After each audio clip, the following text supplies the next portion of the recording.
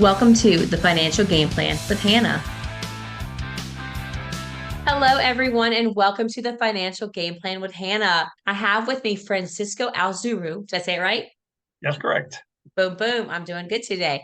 I have Francisco with me. He was recommended to be on my podcast by a fellow investor friend of mine, and I'm super interested to hear his story, his background, where he is from, how he has succeeded in today's market. Francisco, I want to know everything about you. Where are you from? What do you do? How do you do it? How do you make the magic happen? How much time do we have? We have plenty of time. Tell me everything.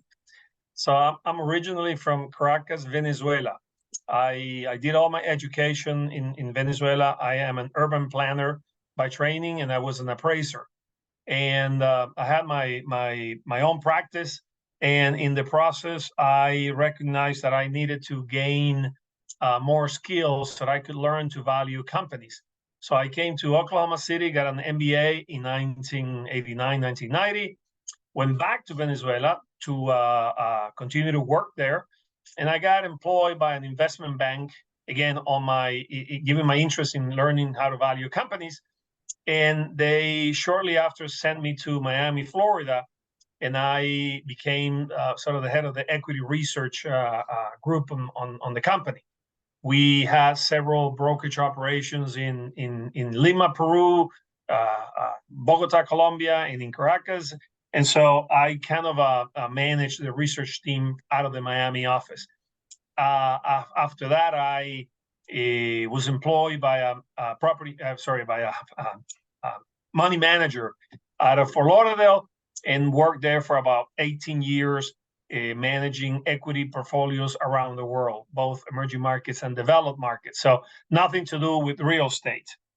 However, the founder of the company where I used to work had a heart attack 2008, 2009, somewhere around there. He recovered, but he wasn't the same. He sold the company to the minority shareholders, and the company essentially went downhill from that point on. So my job just disappeared overnight in 2013. So finding myself for the first time in the U.S. without a job, I really didn't know exactly what I was going to do. And so I started to consider the possibility of going to what was my college training and start to work in real estate, which I did. And thanks to a friend of mine who used to live in Munster, Indiana. If you know your geography as a school teacher, Chicago is about 7 miles west of the Illinois-Indiana state line. So a lot of people are leaving the state of Illinois because of taxes, because of poor education system, because of security issues, and they find houses on the Indiana side a lot cheaper than equivalent houses on the Illinois side. So we purchased a bunch of houses, and eventually I accumulated a bit of a portfolio, and I got a new job.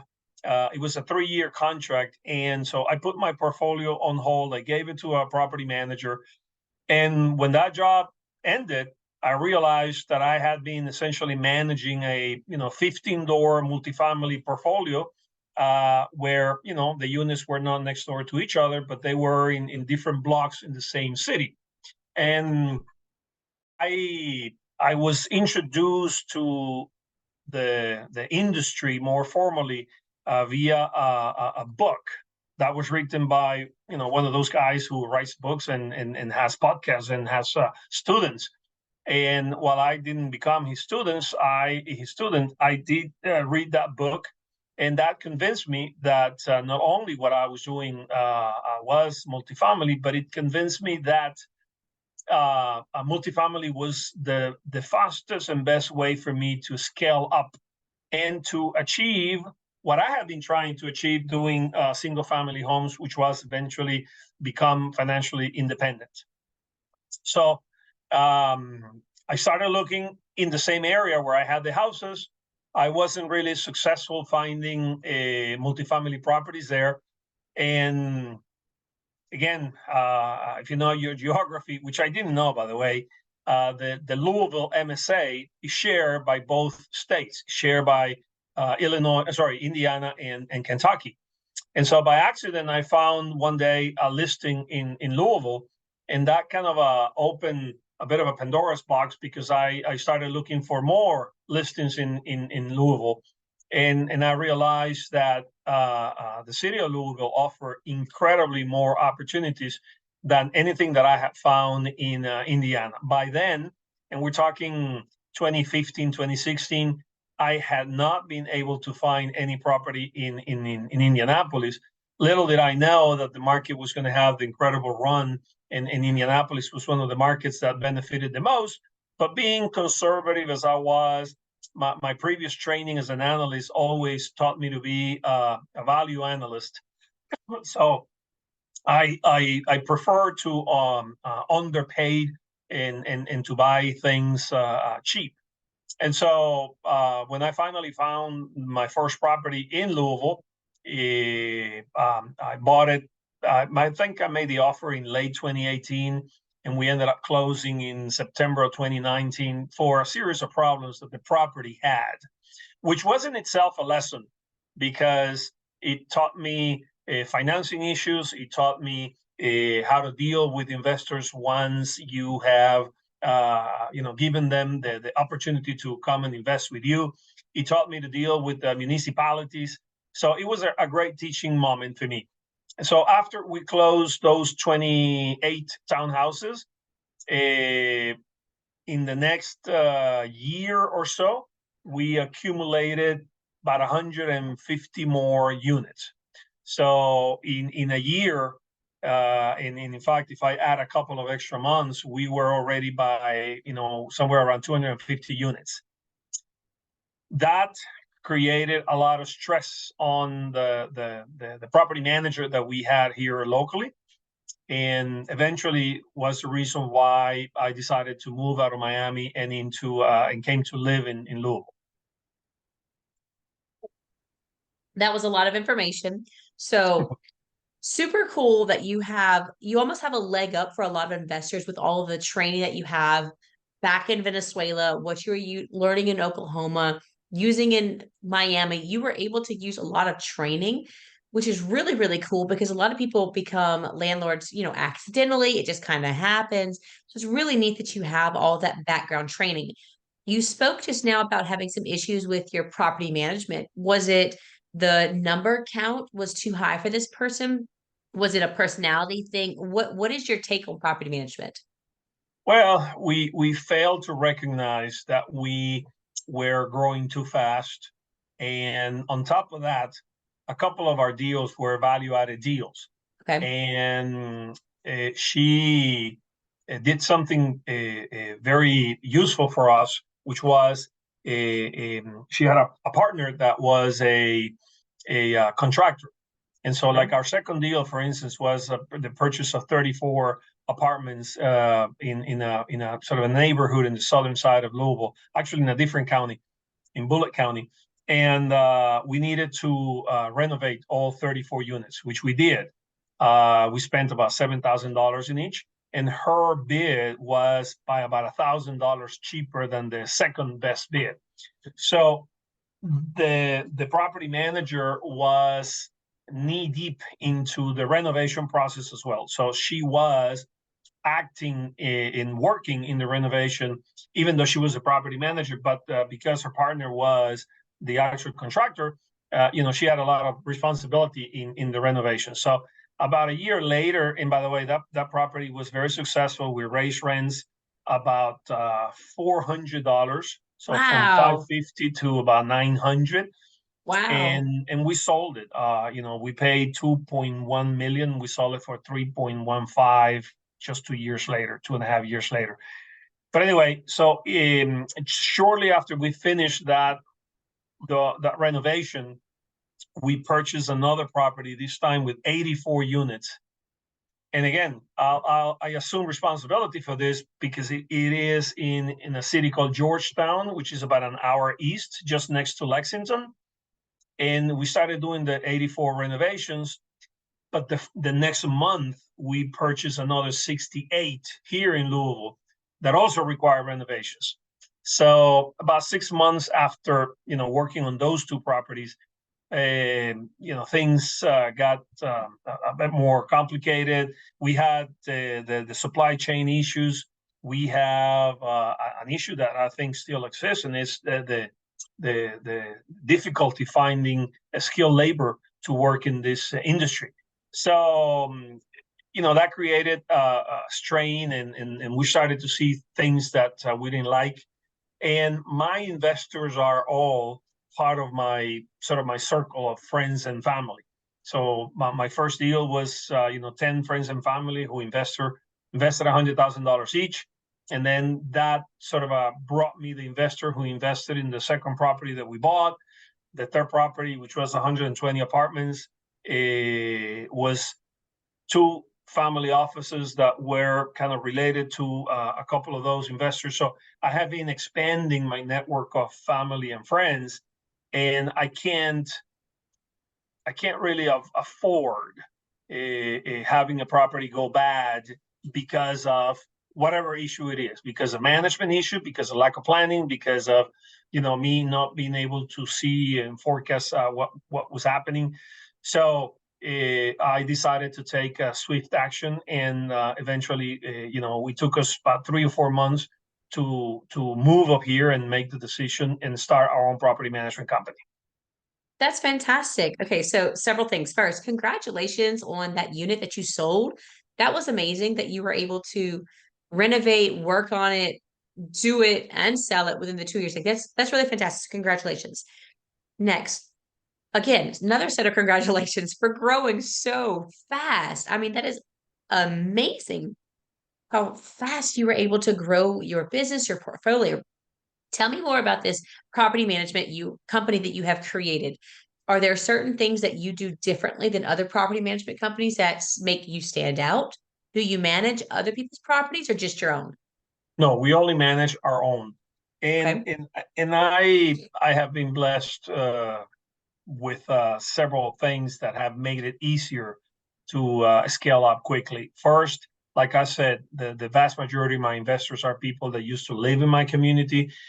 In Miami, you have a lot of people that are bankers, and then you have a lot of people from Latin America that want to bank in Miami. So, some of them introduced me to some of our investors who happen to be Latin American citizens, not even American citizens. So, it has been, in a way, easy. And I don't want to say that word lightly, because we just had a problem with the deal where our investors pulled back because of the level of interest rates. So it's been a bit of a humble pie for me, because up to this moment, we never had any issues raising money, and we just did for the first time. But answering the question about the property management business, I think the only thing that we do differently is that we are giving it a personalized touch. When I started with and I said that I was blessed by two things. One, the investors that I have. The other one is that my son-in-law, so my daughter's husband, works with me. He loves his job. As he was completing his MBA, he was doing the first Babson MBA class out of Miami, and that was in the middle of COVID. He used to work for a foreign company, and they shut down their Miami office.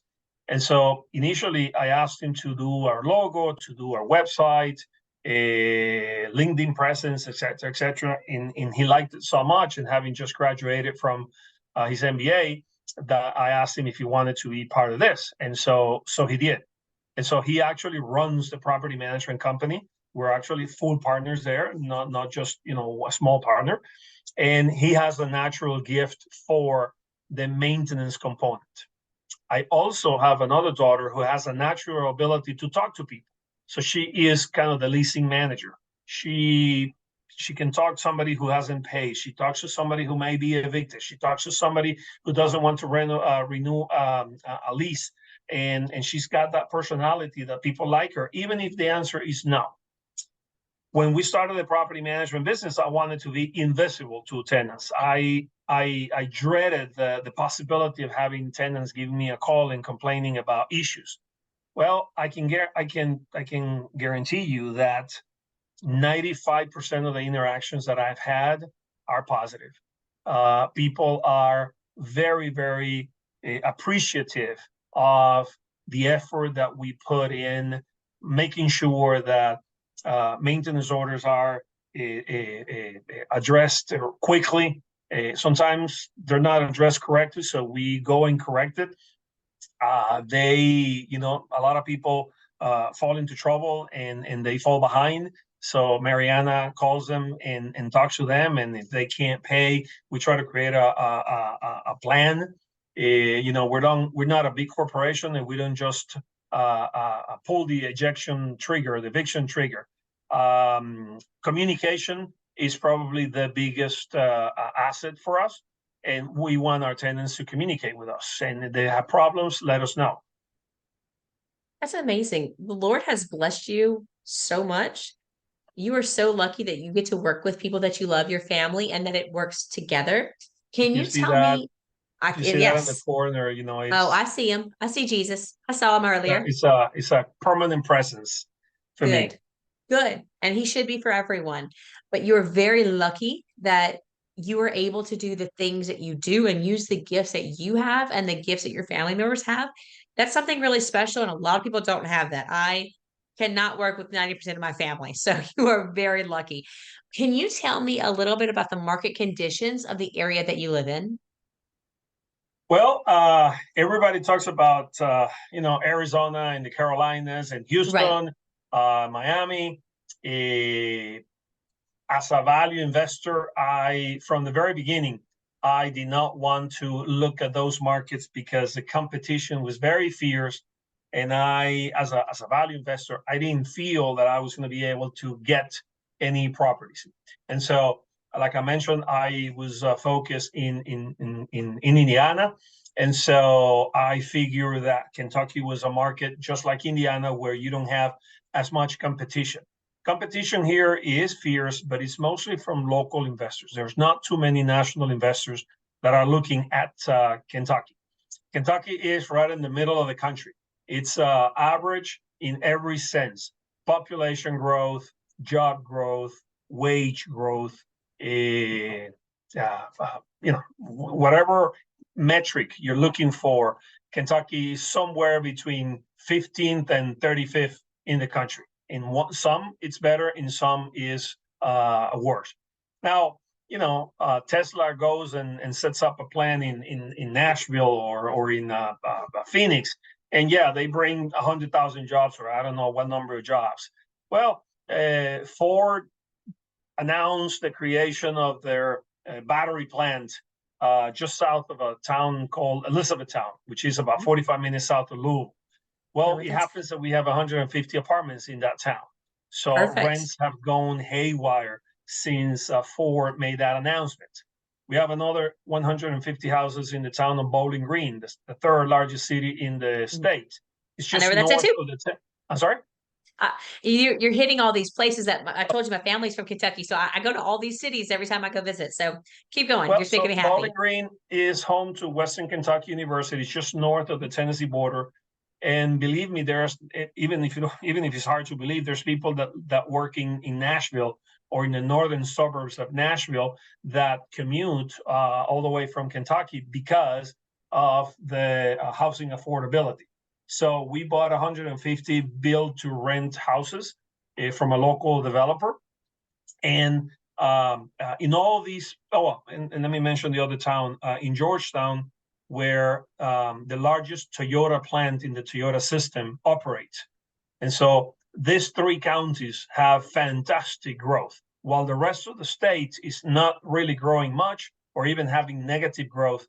The cities are showing a lot of growth. So demand for housing is very strong. And that has been a constant element, answering your question, of the market environment that we encounter here in the state.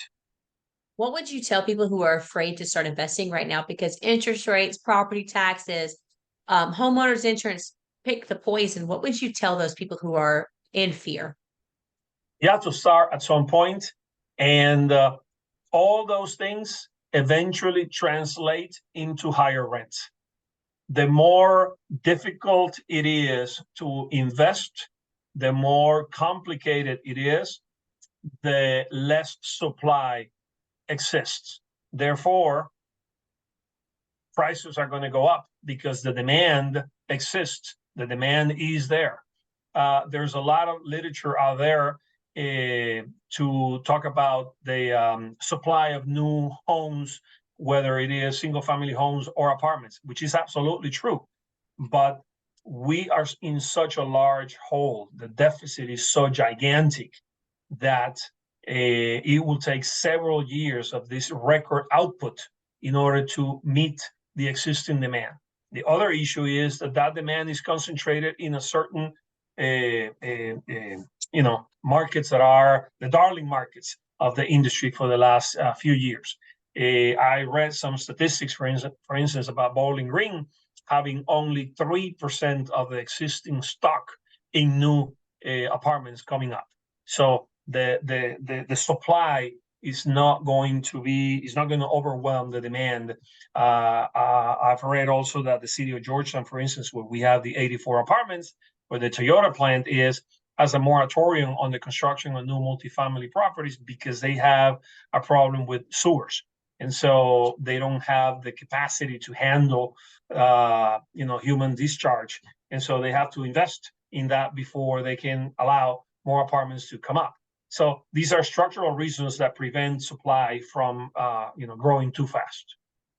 You spoke about different literature out there being able to give you the information to teach you about the demand, the build, the market, properties. What type of stuff are you reading? Are you following news articles? Are there any newsletters you subscribe to? Where are you getting your Yes. information? Yeah, I read a lot of industry research. CBRE Richard Ellis puts together a quarterly review of the market, of the industry. I love the videos and the reports from Marcus and Millichap. Marcus and Millichap has a lot of resources there. And in general, any large national broker will have a research unit. There's one called IR. I can open my browser and mention multiple of those that I read. The Apartment Loan Store, for instance, is one that gives me information on the kind of mortgages that we can find. There's a broker called S as in Sam, V as in Victor, N as in Nancy. I love to see the websites where you get information on rentals. So Apartment Home Living, apartments.com. There's one website that I follow called Stessa, Stessa. Of course, forget the name of the guy with the beard that's always doing webcasts and webinars. Is that Brandon Turner? Is Yes. it Brandon Turner?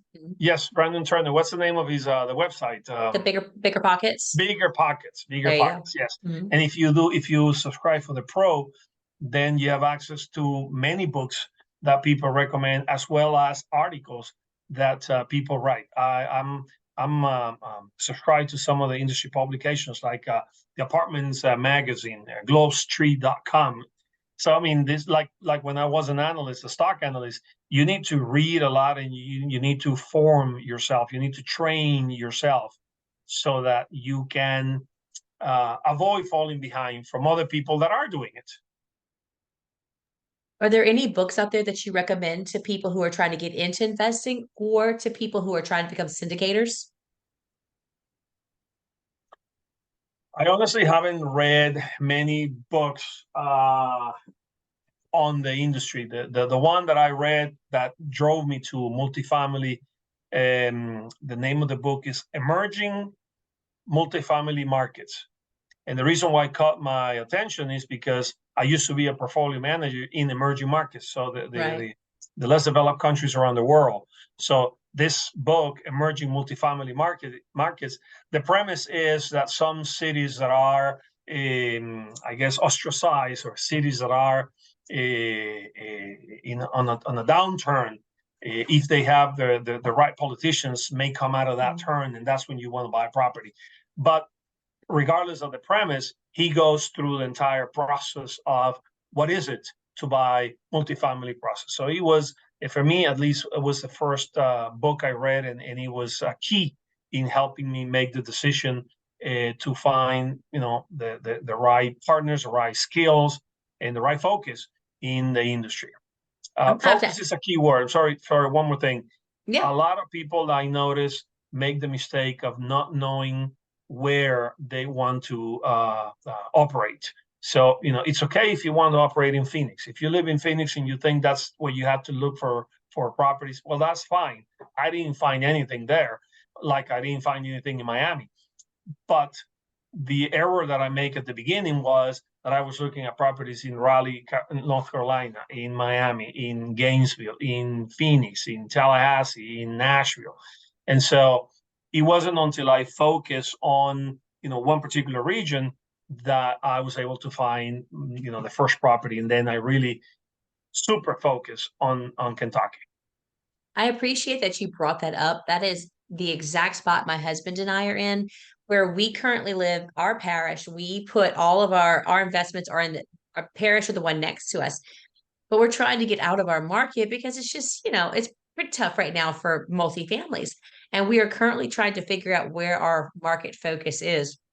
So I like that you brought that up. Have you ever thought? In Louisiana, a parish is the equivalent of a county, correct? Yes, sir. Yes, sir. We're the only state in the United States of America that has parishes. It goes back to, I believe, Napoleonic Code. I could totally be wrong on that, but back to that. Louisiana and Louisville have something in common. They were conquered, for lack of a better word, by the French. That's why you have along the river, Louisiana, St. Louis, Missouri, Louisville, Kentucky, and it was in honor of King Louis. And so parishes come from the Catholic way of organizing neighborhoods. Absolutely. I love that you know this. That's pretty cool. I wanted to ask you, I went to a conference about a year ago, and I met a man from Canada who specifically invests in Puerto Rico. He used to invest in America, but he said in Puerto Rico, he was able just to buy, it was just so much better for his dollar. You are not from America, but you live here. Do you want to invest outside of this country, or are you happy investing here?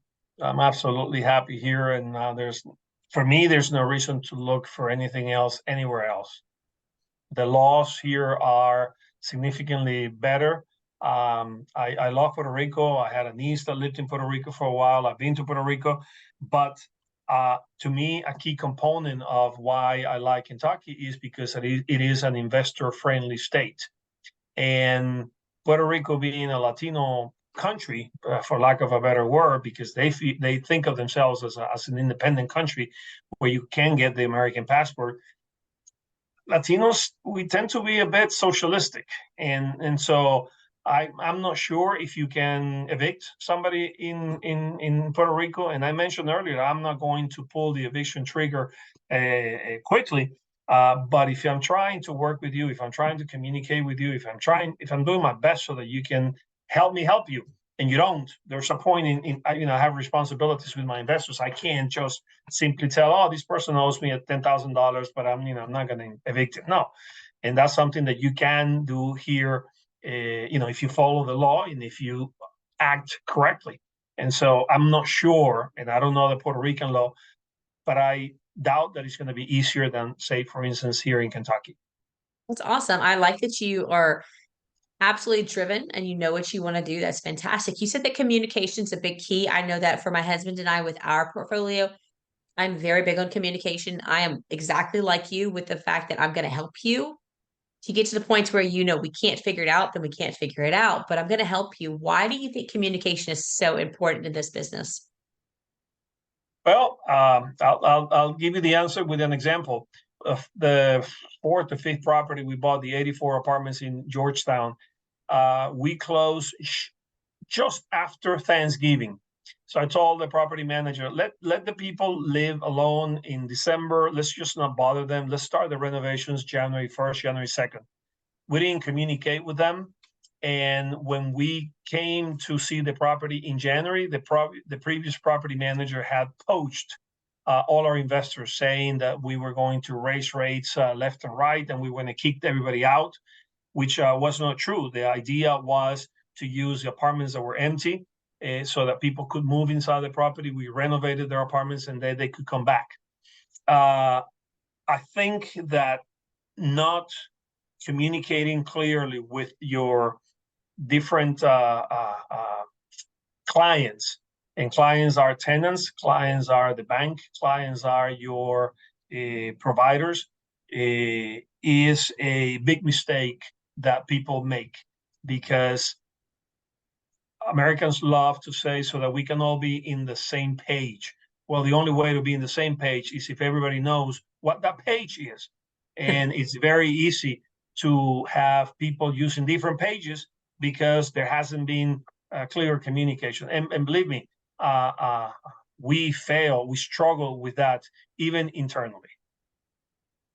Good point. I appreciate your honesty. That's fantastic. So, Mr. Francisco, we're kind of running down on our time. I have 3 questions that I ask all of my guests. Are you ready for the final 3 questions? Yes, I am. Okay. So, my first question is, if you had 1 year left, what is something on your bucket list that you want to accomplish? This may not be a popular answer, but I'm going to give it anyway. I want to take my family on a trip to a place called Medjugorje. Medjugorje is a place in Croatia where our Blessed Mother has been appearing for the last 35 years, and is the holiest place on earth for me. And I went there about 10 years ago, and I would do anything to bring my children and have a week of complete peace and heaven. That's the closest place to heaven that I have ever seen in my life. That's a wonderful answer. I will have to tell that to my mom. She is a devout Catholic, has gone to the Holy Land many times. I'm going to have to share that with her. I can guarantee you that she knows where that is. I'm sure she does. Second question, what is a skill that you have always wanted to learn? Typing. Do you know how many times I hear that answer? I never learned to type. 2 fingers. My wife criticized me because she says I'm going to break the keyboard. And I have typed all my life. I used to write my equity reports. I write my investors monthly. And I can spend, and I'm not kidding, an entire day putting together a monthly report for my investors, because not only I type slow, I type horrible. You're cracking me up. Okay, so you need to learn how to type. Okay, our third question is, if you could go back in time and talk to your 18-year-old self, what would you tell yourself? Not listen to my mother. All right, I need to know why. My mother, bless her soul, manipulated my education. So I wanted to study economics in a private university, which was sort of an extension of my high school. And my best friend and I were committed to study economics. And she got into my head and manipulated me and convinced me that I wanted to be a civil engineer. I got into another university to study civil engineering, and because of the economic problems in Venezuela, they shut down the degree after 2 years, which is the reason why I ended up getting a degree in urban planning, because it was the closest cousin I could find. And so my idea was to do a master's degree in construction management, which I never got to do because the economic situation of the country continued to go down. Now, I shouldn't say that, because, as you said, the Lord, make plans. If you want to see God laugh, make plans, right? So that Correct. was my plan. And thanks to that subpar education that I think I got, I needed to do an MBA. And thanks to that MBA, I got to Miami. So I don't live now in a communist country. And so I am, my whole family is now growing up here. I can show you my daughter's Facebook pages where they keep publicly saying that they're so grateful to be able to grow up in the States, as opposed to what they see their cousins going through, with lack of food, lack of electricity, lack of water, lack of freedom, et cetera, et cetera. So, I say that with a grain of salt because, well, I don't know what would have happened to me if I would have studied what I wanted to study. But because I paid attention to my mother, I ended up studying something that I didn't think it was useful. And, Well, the good thing only is time will tell us, right? yeah, it all worked out in the end. You are here and you are rocking it, living the American dream. I think you're doing fantastic. Mr. Francisco, you have been wonderful. I have loved talking to you. If anybody wants to get in touch with you, do business with you, how can people get in touch with you? We have a website called Bluegrass Multifamily. Bluegrass, Kentucky is a bluegrass state. There we have a list of all our properties. Have a couple of pictures of Sebastian and I. Sebastian's my son-in-law, and there's a button there to contact. Our email address is Francisco, so my first name, just like the city of San Francisco, at KY Multifamily, KY for Kentucky, multifamily.com.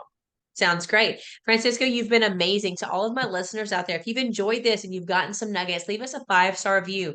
The higher you put me up on the list, the more I get to produce some content. Guys, this is fantastic. You are awesome. I appreciate it. I hope everyone has an absolutely fantastic day. Talk to you later, guys.